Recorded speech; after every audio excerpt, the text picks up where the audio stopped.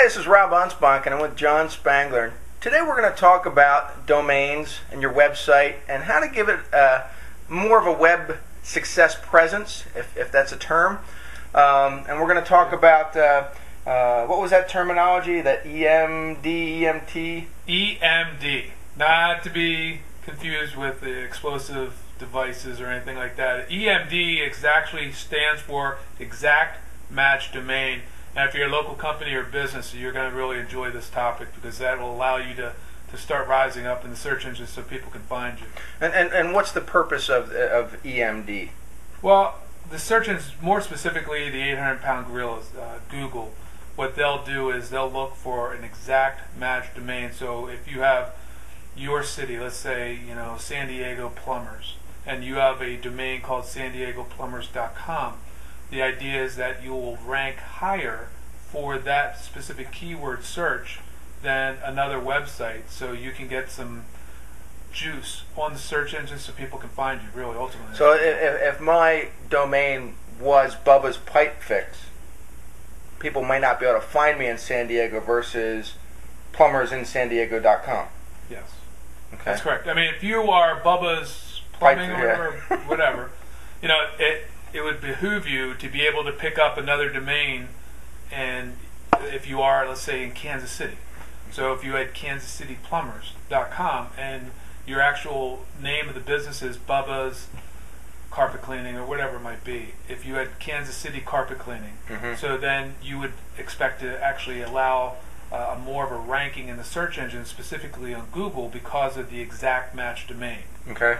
So that's actually a great topic we can go into a little bit more in depth, because that's in and of itself an entire subject that needs to be approached, because a lot of companies don't realize that, here it is, 2011, and 40% of local companies still don't have an internet presence. Right, and I mean, I think I had my first website in '97. That goes back 14 years ago, right. And there are people that still don't have one now. Well, and what's unfortunate or fortunate for the people that are on the web, that over 90% of the searches that are being done on the search engines are local, looking for places that they want to spend money. The yellow pages and the newspapers and so forth every year have declined significantly, while the search engines have really boosted up. I mean, you can actually, I guess Webster's put it in, you'll Google it, that's the term used to be able to find information about where you can find a pizza joint in New York or Lancaster or any place in between. So when you're looking to be able to have a presence on specifically Google, since that's the biggest search engine out there right now, you want to be able to pick that domain that is what you're going to be able to target. And we can go more specific how to do that and some of the strategies that will allow a business to be able to show up and take advantage of that EMD. Well, besides having, let's say they have their main domain, okay? Let's go back to Bubba's Pipe Fix. Okay. So now he has to have multiple domains so people can find him? Yeah, I mean, that's one way of looking at it. You have what's called virtual real estate, or VRE. So the idea is the more real estate that you take, because traditionally when you want to rank for a specific keyword, you're looking at only 10 places that will be brought up on page 1, and then 10 places on page 2, etc. So if you have multiple domains and you have Bubba's Pipe Fixing and so forth.com, and that shows up on the first page, but then he also gets Pipe Fixing in Kansas City or Kansas City Pipe Fixing. Right. Those are 3 different domains that could be his business, that could take up 3 of the 10 spots there for that specific targeted keyword, whatever that may be. Right. So he wants the organic side, which would be his general selection, but then he also wants to come up in the local search, which is like, what is it, Google Places or Google Places. If you have not claimed your business, you're really doing a disservice. Even if, it's really helpful to have a website when you claim your Google Places position, and where you can go to do that is just Google Places, and then you can go in and actually claim your business. And if your business isn't already found through the Google Places, you can go ahead and list it. But don't forget about the Yahoo, the Yelp, the Bing, and you can get all those done at one place at getlisted.org, and it simplifies all your local searches. Well, that's one. There's a number of them that will do it, and it's really, Bing, Yahoo, and Google, those are the places that you can actually go in, and if you look up restaurants in Lancaster or restaurants in New York City, you ever notice there's that listing with the map, and then the businesses are right there, and people think that you're paying to be there, but that is a Google service provided ad that those businesses are not paying for. Now, some of the companies may go around saying, hey, I'll get you in Google Places for $500 a month or $200 a month or whatever it may be, but the fact is, if you're a Joe business owner in a city, you could actually claim your listing on Google for free and start rising up. Now, there are some tricks and strategies on how to do that, and it's very easy to implement, but if you don't know what you're doing, especially if you haven't even claimed your business, you're not being able to take advantage of those. So between the free places, the local searches, and the EMD, the exact match domains, they can actually really help move themselves up in the ranking. Yeah, and that's a trick. I mean, not that it's a trick, but you want to be able to, keywords are the lifeblood for your success on the internet. And you want to know where you're going to find the fish. Like if you're going out fishing, if I'm going out hunting or fishing for trout, I'm not going to find it in the ocean. If I'm going out deep sea fishing for a great white shark, I'm not going to find it in my local lake. So you have to go where the fish are that you're trying to catch. And the best way to do that is to find what terms that they're looking for in the search engine for your specific item. And a great tool to do that, Rob, and it's free, is the Google Keyword Tool. I was just at a meeting this morning with a real estate agent, and I thought everyone knew about the Google Keyword Tool. Unfortunately, they didn't. And they looked at me like, I just created the wheel, and I didn't. I just implemented a strategy that is readily available through Google for free, and you can Google it by putting in the term Google Keyword Tool, and then what you'll do is inside there, you can put whatever your broad term might be. So if I'm in the city of Lancaster, Pennsylvania, so if I wanted to, and I was like a carpet cleaner, or if I was a restaurant, I would do Restaurant Lancaster, or I would do Carpet Cleaning Lancaster. And then what it'll do is you put in the little CAPTCHA, which is this little squiggly lines and so forth, and it'll pull back the data of the different keywords of what people are putting in for the search engines. But there's a couple of strategies you wanted to explore, because what will happen is on the left-hand side of this tool, what will happen is it'll pull back broad, exact, and phrase. And what you want to do is you want to pay attention to the exact. So, and what that means, broad, that when it initially it'll default to the broad search. And what broad does, if I put in Lancaster real estate or real estate in Lancaster, what will happen is if it comes back as the broad, then it could be real estate in Lancaster, PA. As long as the term Lancaster real estate is somewhere in there, that's considered a broad phrase. An exact phrase would be there's nothing before it, nothing after it. It's exactly Lancaster real estate. That's it. A phrase is Lancaster real estate would be the phrase, but there could be some words before it, there could be some words after it. The best real estate in Lancaster, the best realtor. But it would still have to have the term Lancaster real estate. So it'd be the best Lancaster real estate in the country, whatever.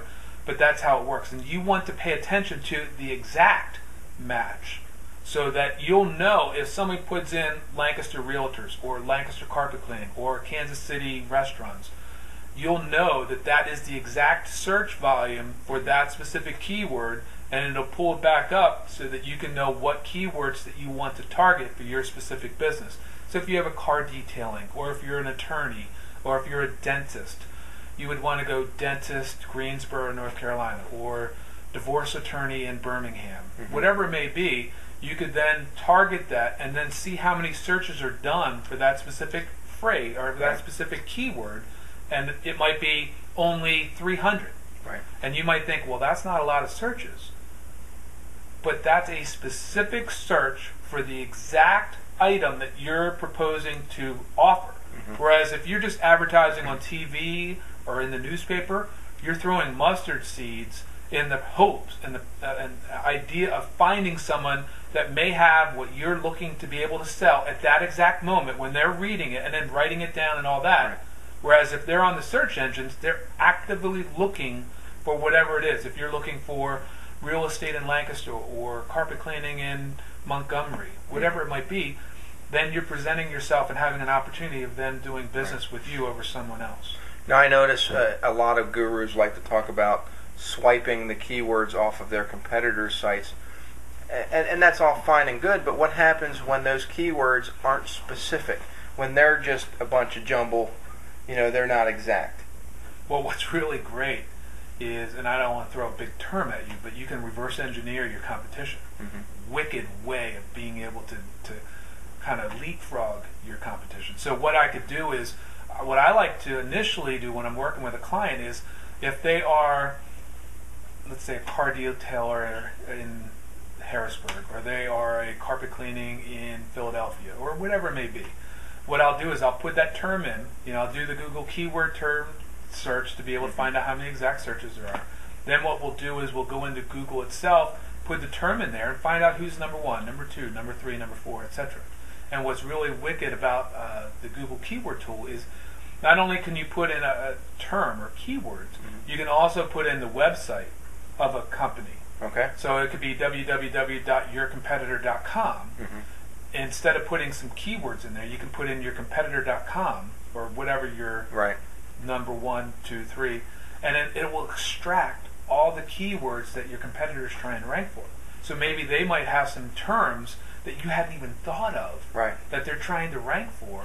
And so maybe, blood stains in Philadelphia, or how to get out blood stains in Philadelphia, or, something to that effect. But my point is that you'll come out with some terms that maybe you hadn't thought of. Right. And that will allow you then to say, okay, well, let's see, if that's even a term that's getting some type of traffic. Because even if you're only getting 5 people a month, it's still 5 people that could utilize your services. Now, we had talked about this earlier, and it was should you go keyword laden heavy in your website, or should you still be using meta tags? Well, I personally am not a big fan of meta tags because I think they are misused and abused, and Google realizes it. What I'd rather do is that if you want to stick with, and we'll go back with your Bubba's pipe fitting, if you have your company's domain and you don't want to expend the money on a domain that is an EMD, an exact match domain, you can still do it by creating a page around that targeted keyword. So you could do bubba'spipefitting.com/pipefitting in Detroit. Or, bubba'spipefitting.com/pipefitting in St. Louis. So then you're having a page on the website specific to the targeted keyword that you're trying to rank for, because really, inside the search engines, it's not your website that's number 1 or number 2. It's your web page inside your website that's ranking.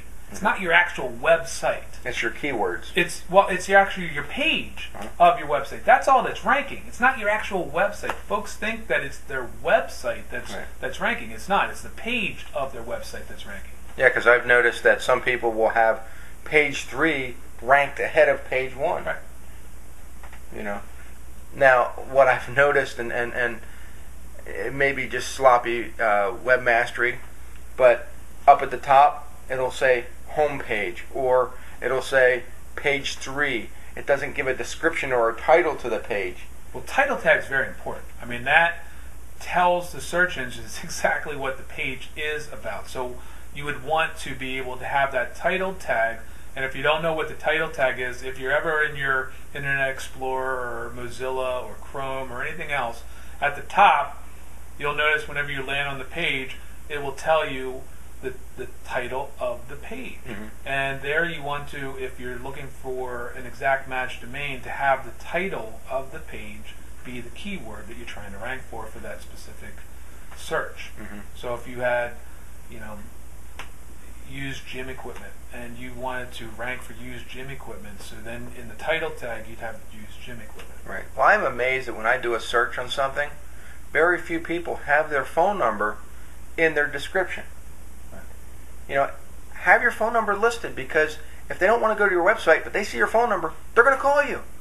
But there's so many people that don't do that, and you just scroll on down. People like to see that phone number. Well, and we're a creature of habit, and this is still brand new. As much as you and I understand, and we are always learning. Mm-hmm. I mean, it's never like we are here. There's still always information to be able to gather and share and be able to get caught up. But at the same time, there's some basics that a lot of folks forget, and that's okay. And that's something that you had suggested, and folks really should be able to take advantage of that, because when they're going through, they'll see a phone number, they'll just be able to call instead of even just logging in and tapping into the actual web page. Right. I mean, we all want a web page that is glitzy and glamorous and gets people to say, hey, wow, that's nice. But really, we want the phone to ring. We want to be able to say, hey, how you doing? And get that order. And, we can do all the keyword traffic in the world, but if the phone doesn't ring, you got to start over. Well, that's the whole idea of the keyword searches, is that you want, if I'm number one, but I'm not getting any business, what's the benefit of that? So, right. A lot of these SEO companies will say, I'll get you number one for these search terms, or I'll get you this for that search term. That's great, but if you're not getting sales, all you have is bragging rights. And at the end of the day, you want to be able to have the rubber hit the road by actually having people take out their wallet and spend money with you. Right. And that's the idea behind being at the top of the search engine. Some of the things that people should look for when they're creating their site, what should they do? I mean, should they have a lot of keywords on their page, or should they say, well, I should only have X amount of keywords on this page and then focus on the next page for the next set of keywords? Great question. I do get that a number of ways, because somebody will say to me, well, I want to really make this a keyword-rich page. But don't forget, when the person ultimately clicks onto that page, if it's optimized for the search engine robots, mm-hmm. They are just robots. Google bot and Bing bot and mm-hmm. Yahoo bot, it's the human being that's actually reading it. So right. It has to be readable for the person when they click on that, to be able to want to drive into your store. A lot of folks don't realize that from a local brick and mortar standpoint, a lot of folks, what they'll do is they'll go to the website that they have, mm-hmm. look at the items, and then go to the store to make the purchase. Right. And that's the advantage that the brick and mortar local businesses have right in their own backyard, because by having that presence on the web, the person can feel comfortable at home in their own environment, look up the items that they want to look up. And then I see it all the time with my clients. I had a wicker store that 3 years ago didn't have a presence on the internet, and last month they did high 5 figures. So I mean, that's very, very positive. Where they weren't anywhere, now they're doing good things. So and what they'll find is that people will go onto the web, find out what they want, print it out, and then bring it in, and they're all ready to go with mm-hmm. the purchase. So that's the benefit that you have. And so what you want to be able to do is, yes, look at the keywords to be able to rank for the search engines, but don't forget about the human being that's actually landing on the page, because right. they want information that's presented to them, easy to find, because we want to have what's called like the heat map. The heat map is, most people's eyes when they're going to a page will go right there at the eye level, and right. then kind of work down. And you can look up that on Google. Yeah, I think it's kind of like an F. We scroll down this way. I call it the golden triangle. I call it the little golden triangle. Is that area right there that gets the sweet spot. But other than that, really target what the individual's looking for and why they would actually click on that page. Right. Yes, optimize it, put a good title tag in, put some keywords in there, but don't make it so spammy with keywords that it ranks well, but when the person lands on it, they don't. I've seen websites that were very picture heavy, pictures that take up the whole screen, ones that same with video. You really need to add a lot of content. Well, I can't say a lot of content, but make your pictures smaller. Put some more keywords in there so people can understand what the picture is doing. Right. What's it relaying or getting? What's it want you to do? Same with the video. There again, I mean, right now, I guess everybody seems to want to jump on that video bandwagon. It's an important bandwagon. I mean, you can't underestimate the power that YouTube and the other mediums that are allowing us as as marketers to be able to, a few years ago, not have any shot Right. at being able to have a presence on the web. And now, you see some of the big boys. There's a restaurant chain that will take your cell phone and make a commercial out of the video that people took from their cell phones, and they actually made a huge national campaign with that, and anyone could have done that. Right. So, but yes, they'll want to be able to have everything so heavy, and in terms of the processing and all that, but it doesn't have to be. I mean, you can make it really simple. Make it really. What's really nice is get some testimonials of your clients or your customers that when they come in, they talk. Hey, I came here, and just be honest. Don't fudge it. Right. Well, one of the things that kind of annoys me, and this is my personal preference, that if I'm surfing on a web and I land on a site and music all of a sudden starts playing or a video starts to play, that annoys me. What happens to the secretary or the person at work that's surfing while they're working? They don't want everybody to know what they're doing. You're spot on. So, if you're going to put video, they have to click on it. Otherwise, it's very in your face, annoying. Same with the music. Some of that just doesn't belong on your site. That is really I see that time and time again where a lot of my clients initially wanted the video to play as soon as it landed on the page, and I try to dissuade them from that, just because if someone's at work and they click on a website and all of a sudden music starts playing, that's the last thing they want. They are like, hurry up, get out of here, like all hands on deck. Right. I don't even if they mission critical, their wife told them or husband told them to look something up, they're out because they don't want to have anyone know what they're doing. Because let's face it, we're human beings, and whether or not we're at work or not, we still sometimes will do some personal searching while we're working. And it's not that you have questionable material on your site. It's just that, people don't want to know what other people are doing. So, it just keep it simple. What are some of the other tips that people could use to maybe not enhance their website, but get a better presence? When we talked about the local stuff, we talked about the domains and the keywords, but is there something more? Well, you gave such a nice tip there with the getlisted.org, but there's other avenues that you can even involve yourself with more than that, because Get Listed will give you some of those items and help you get listed. But the Merchant Circle, the Yelps, those are items that you can go Angie's List, where you can go and put your information on there for free. Right. And what I also would do is when you go into Google Places, look at your competitors. And and this is not a secret, but it's a technique or a strategy that you can explore, that you will be able to find out where your competitors are linking.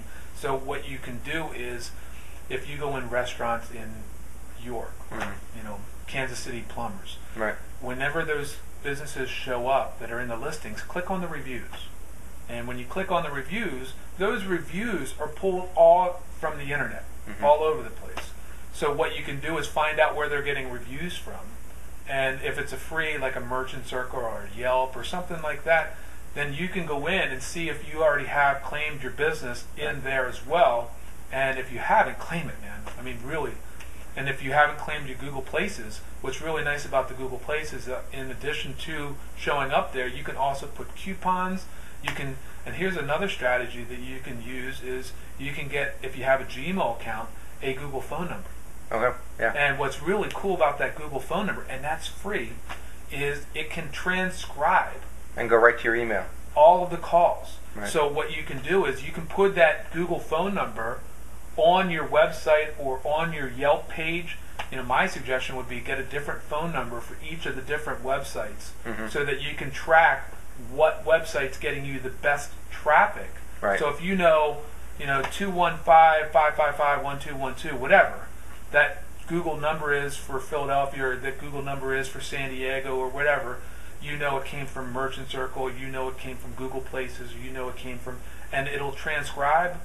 So if that the call only lasted 15 seconds, well, maybe your message wasn't clear enough. Right. Or if it lasted 3 minutes, maybe it was a better call or conversation. So those are some strategies that you can use that are readily available for free to be able to help those businesses, especially the local mom and pop shops, be able to show up on the search engines.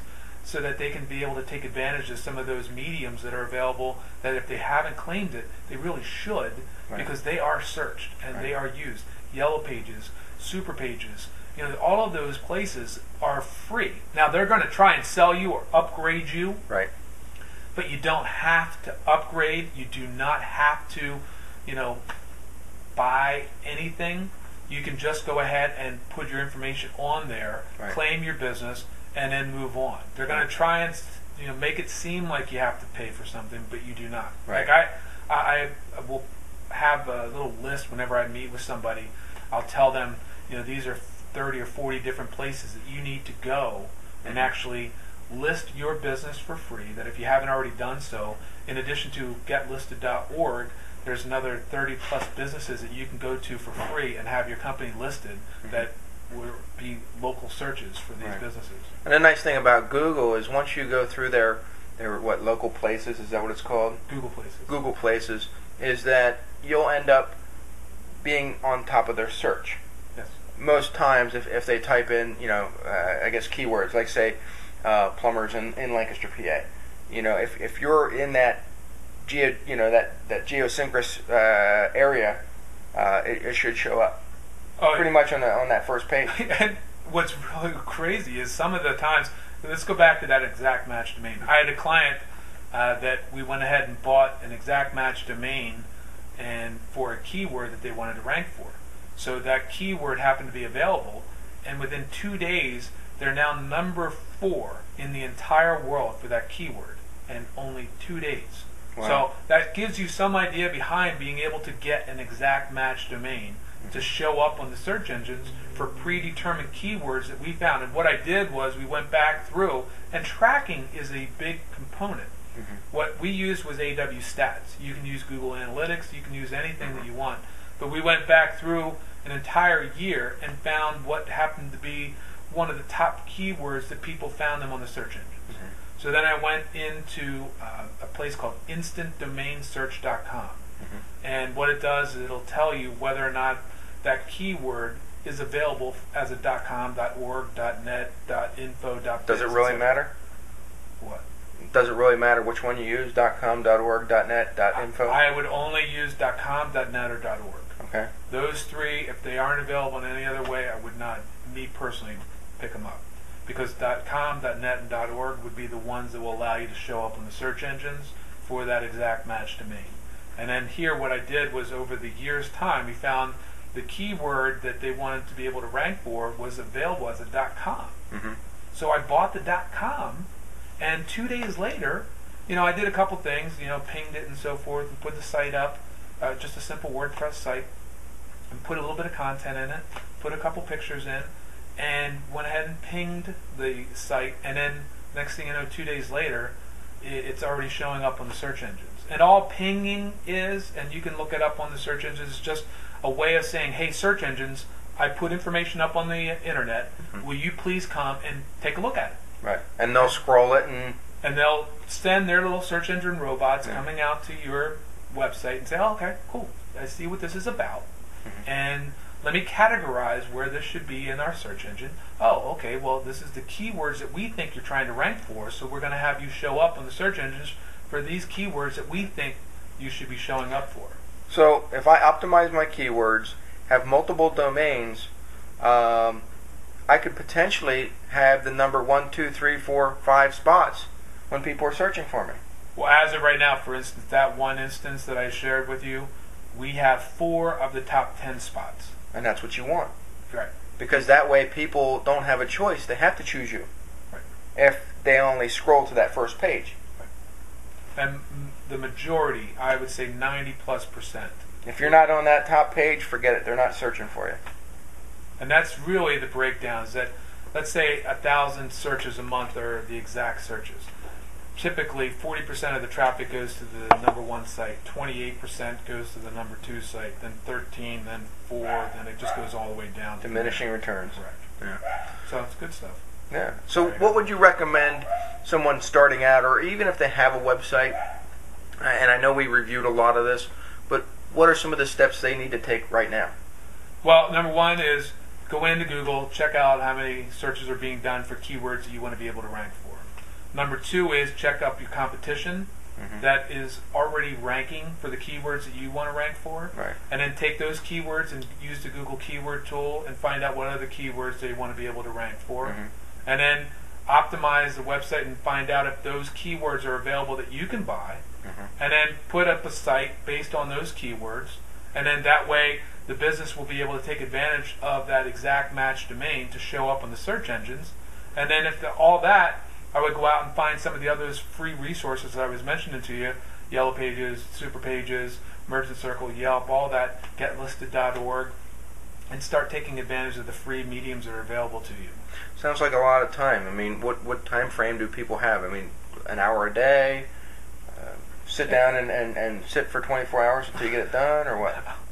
No. I mean, if you have 75 hours or whatever, but I mean, really, I do it every day. Right. So for me, it's very simple. And when I share with you, I don't mean to underestimate the fact that it is a little bit of time, but it's not that much time, because it's either money or time. I always say it's either money or time, and so you can do this absolutely yourself. I mean, so if they dedicated an hour a day at this for, say, a month, they probably wouldn't have to do it for a while. Well, you'd always want to continue because content gets static, and so you do want to refresh it. That being said, most folks, from what I have found from a local business standpoint, they find it difficult because they're doing their day-to-day activities to be able to do that. So that's why someone would utilize someone like me. But I openly share with them how to do it themselves, because it's blocking and tackling. It's like when you're playing football, the simplest plays, but they can get some great results if you consistently run the ball up the middle, run the ball up the middle, run the ball up the middle. You're going to wear down that defense, and ultimately it may not be till the third or fourth quarter, but you're going to be able to break that ball and get a touchdown, that type of idea. You touched on one thing, and I think it really helps, is that you said fresh. And Google loves fresh. In fact, all the search engines love fresh content. And the more you keep that content fresh, the better chances you're going to be ranking on that top spot. Right. Now, if you say, well, I don't have time this month or next month, your content's going to get a little stale, and you might see that you're dropping down the ranks. Right. You better start doing something and optimize those keywords, or put some fresh content on there. Maybe a new video, something new that they can go through and see that you're still alive. You're still wanting to dedicate some time to that site. Well, I mean, something they could do real quick is use a site called Animoto. And if you're not familiar with it, you really should become familiar with it, because you can sign up for free, and they'll give you a 30-second video that you can use for free without having to pay for anything. And what you can do is take pictures that you maybe have on your hard drive, or maybe you had done for a coupon or something that you had done through some other medium, and then you can upload those pictures, and what it'll do is it'll make a video out of those pictures. And I mean just a absolutely professional looking video, and then you can download that video and then upload it to YouTube or Vidler, or whatever you want to be able to do. 30 seconds is really a long time. That's a long time. And it's really a very, very nice feature to be able to get fresh content up there about your business. And then you can use, maybe if you have Windows Movie Maker. Windows Movie Maker is usually free on most computers nowadays, and you can just put what's called a lower third, which is nothing more than just your name and phone number at the bottom of the video. And it really creates a nice little presence, so that anytime throughout that 30 seconds they have the name of the business and the phone number that they can contact. Right. Well, let's wrap it up. Do you have any last minute advice? One other thing is that if you are going to upload the video to YouTube, make sure you put your URL in the description. Yeah, very first. The very, very first. It's got to be http://mydomain.com. And what will happen is, once you upload that video and then you save it, it'll actually make that link a clickable link, so you can get a backlink back to your website, which is a whole nother topic. And it's a neat topic. Yeah, we'll talk about backlinks another time, because it's gonna really help you understand how you can get traffic. But for now, I want to say thanks for listening. Thanks, John, and see you later.